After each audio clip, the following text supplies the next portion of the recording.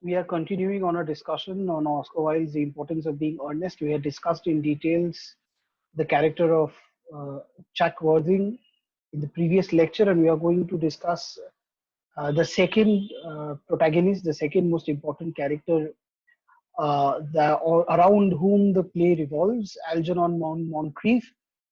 The image you see on the slide is the British actor Rupert Everett in the 2002 adaptation of the movie, adaptation of the cinema adaptation of the play. Now, Algernon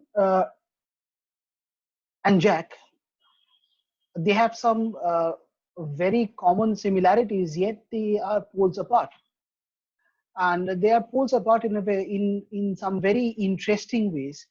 Algernon, the play's secondary hero, is closer to the figure of a dandy. Now, the figure of a dandy is very becomes a motif, a symbol that is recurring time and again in the works of Oscar Wilde.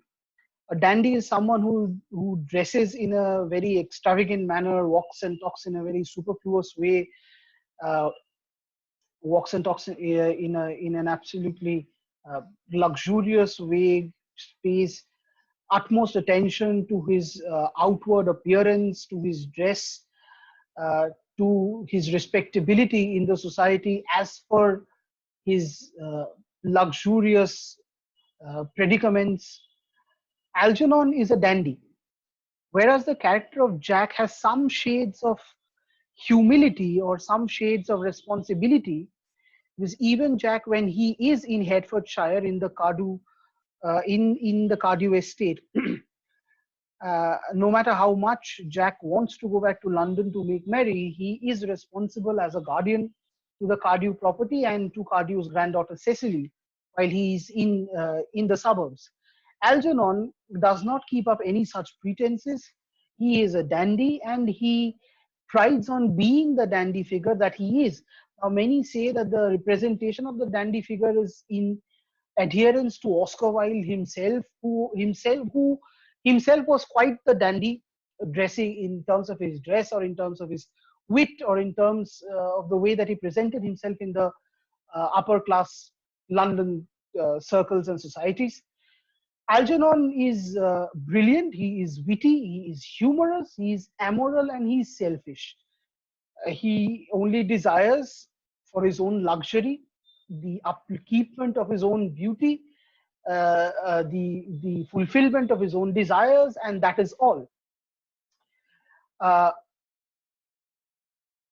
Unlike Jack, he does not for once even try to bring up the pretense that he is responsible and that he needs to take responsibilities or even takes any responsibilities.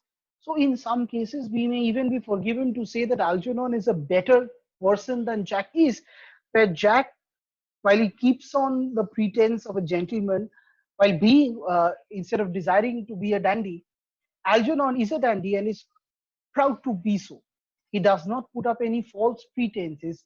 So, where Jack was not earnest, Earnest, with either of his identities, at least Algernon is earnest with his dandy identity. This can be considered to be one and well a very important part of Algernon's character. But the most profound similarity between Algernon and Jack is their desire to escape their uh, responsibilities, their dictated responsibilities, by the creation of imaginary fictional characters on whom they put on whom they put the onus of their absenteeism. So, like it's his brother Ernest for Jack. Similarly, for Algernon, it is this character called Bunbury. He's an invalid character called Bunbury, who is well on his deathbed for a long, long time, is not dying. Uh, and every time he falls terribly sick, he desires to seek Algernon's companionship. And Algernon must leave all his earthly responsibilities and fly off to Bunbury to give him solace in his dying moments. But then Bunbury never dies. So just like Ernest is a fictional character created by uh, Jack to as a pretense to let go of his earthly responsibilities, similarly is the creation of Bunbury. But again, the difference between Jack and Algernon is that Jack does not uh, affirm to or does not attest to the fact that he does that in reality, whereas Algernon, on the other hand, accepts it and proudly wears it as a badge. He calls this to be Bunburyism, and he calls Jack to be a Bunburyist, just like himself, where the theme of Bunburyism will become a very recurring theme in the play, where the theme of Bunburyism means to create a character, to create a imaginary fictional character, and to find solace in neglecting one's earthly responsibilities, societal responsibilities in those characters. So as Jack was keeping up the pretense of earthing, being well, almost like a bastard brother, good for nothing, and uh, having to bail him out of every problems that he puts himself under, Algernon creates the character of Bunbury, and who is eternally on his deathbed but never dies.